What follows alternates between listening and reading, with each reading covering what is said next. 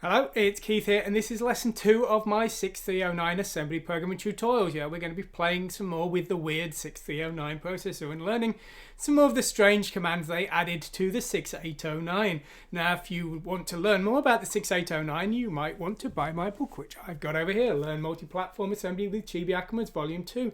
Covers ARM, Thumb, 65816, 6809, PDP-11 and Risc-V. Yes, I forgot what my own book covers there because I've got 2 books and they cover different things. Anyway, we're going to have a go with these today. We're going to do it in source code as usual, and you can download the examples and the build scripts and all that wonderful stuff from my website, and it's all free. So go and get it. Anyway, let's go over to the source code and let's try today's examples. So this is the file we'll be using today. And we've got a sequence of jumps at the start for the different sections. And first we're going to play with the new weird and wonderful rotates. Okay. Let's fire them up. So now we have some 16-bit rotates, and by combining these two together we can do 32-bit things. We can't directly work with the 32-bit Q register, but we can do 16-bit rotates of the D and W registers, and these will work with the carry. So what we're going to effectively do is we're going to have a starting value in our registers here. You can see we've got C42100FF here, and we are going to do a series of 5 rotates. And so you will see that if we do a series of rotates to the right here, the C421 here has ended up being in this part here. You can see EC42, and then the 1 has been transferred into the W register because we've effectively used the W register as the low part of a 32-bit pair, D being the high part, W being the low part there. By doing a series of 16-bit rotates with RORD and RORW, we can do the same to the left with ROLW and ROLD here. So you can see here we've started with C42100FF here, and we've ended up with C42100EF here. And I think basically one bit has sort of got lost because of the shift here. I think this final shift has lost the bottom bit, so the F has become an E there. But let's say basically we can shift these bits around using these 16-bit rotate commands.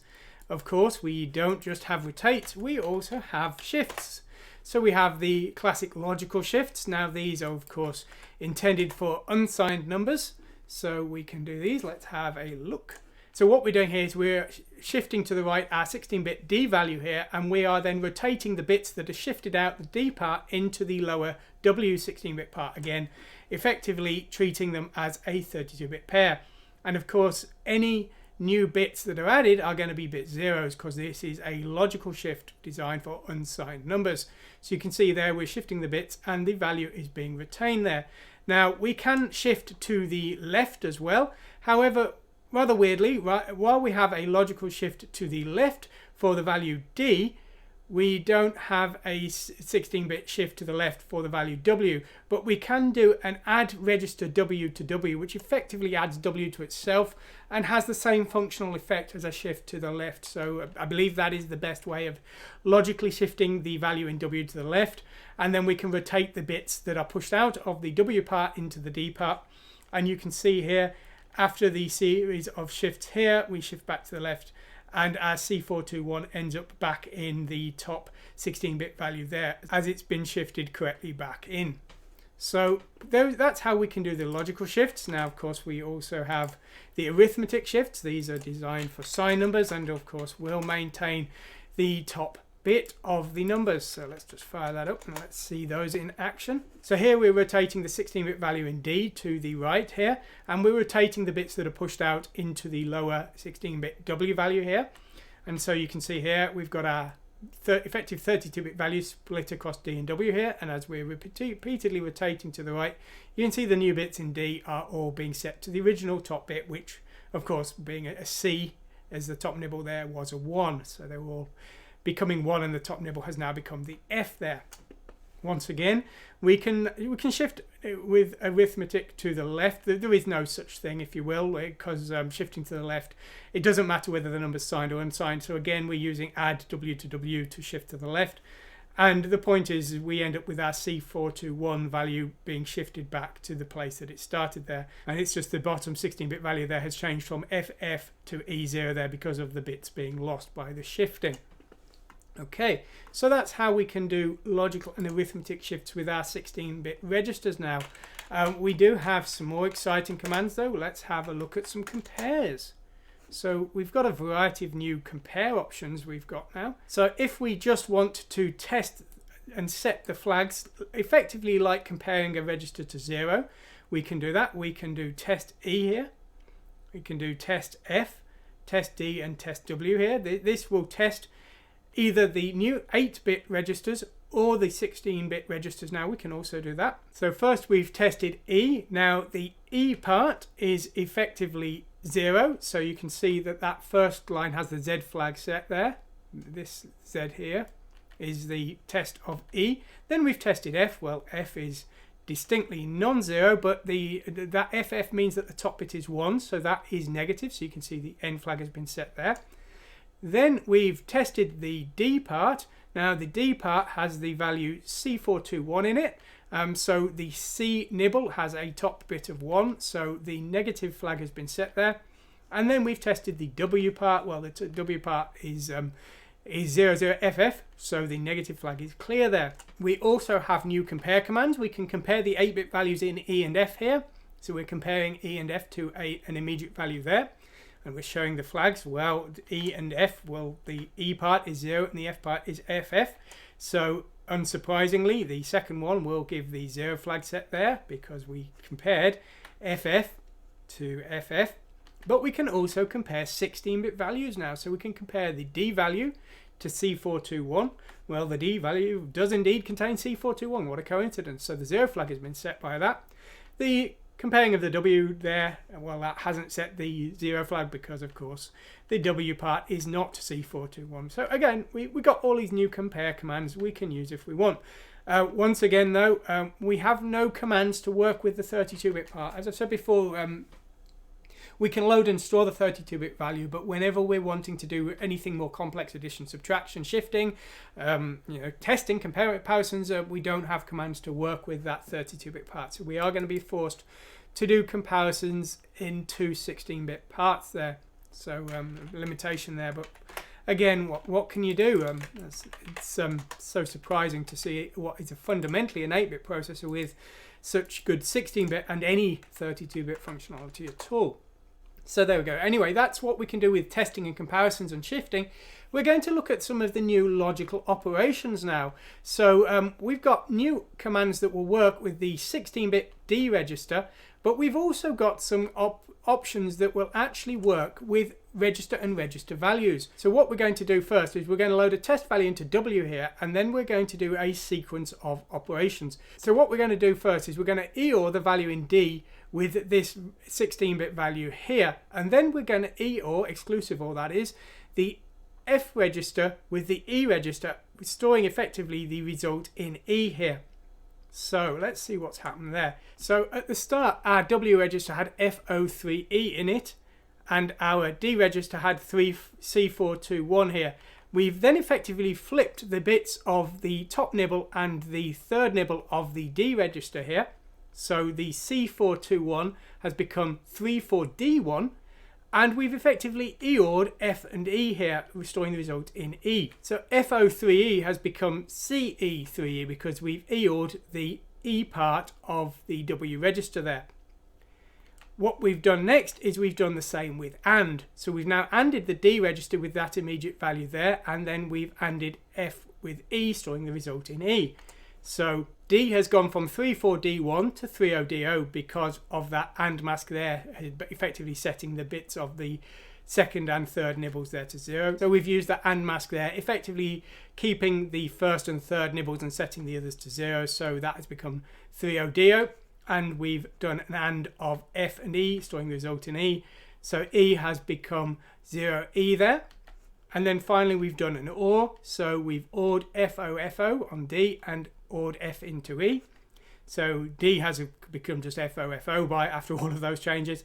And E has become 3E like F is. So we've got these sequence of operations where we can do commands on an immediate value, it's 16 bits, or we can do register on register operations. And these register on register operations aren't just limited to 8-bit, we can also use them in 16 bits. So here we've used our 16-bit register D value and ORed it with our 16-bit register W value here, and you can see now that W has been changed to FEFE based on ORing it with FOFO there. So again, we got lots of extra options here of what we can do. Now those are fairly logical, normal commands, if you will. We have some quite remarkable commands though, and these are some quite odd ones we're going to look at now. This is where we got some quite strange commands that they decided to add to the 6309, and these ones do work. We get some strange ones later on in the next lesson that unfortunately don't seem to assemble correctly, but these ones work quite nicely.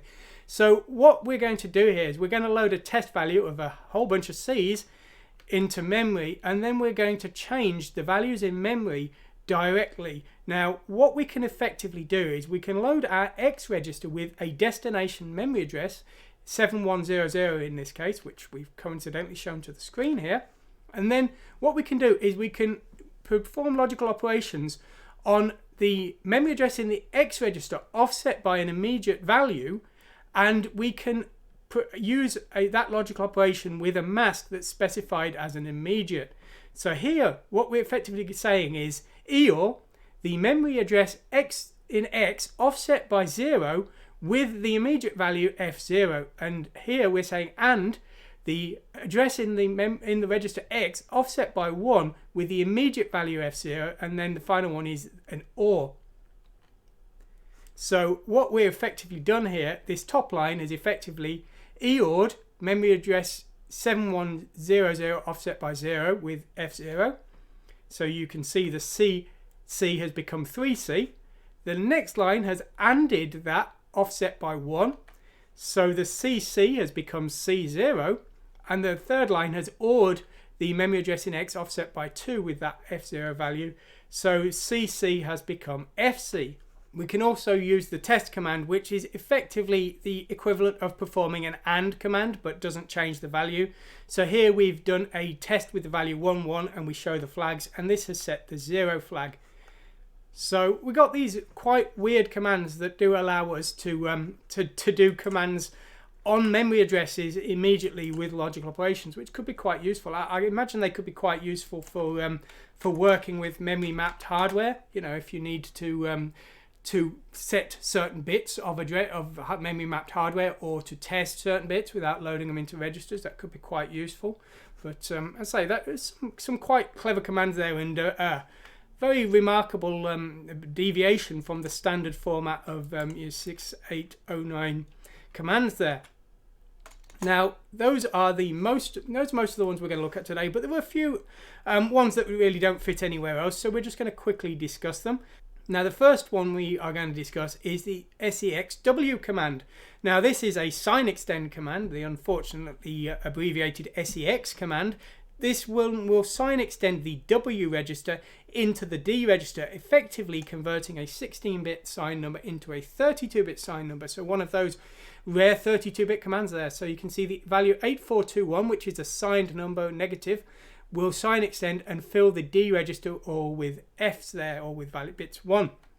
Now of course, if the top bit had been a 0, if we change this to a 7, which would have a top bit of 0, and we run again, well now when we sign extend, that top register, that top 16-bit D will all be filled with zeros there.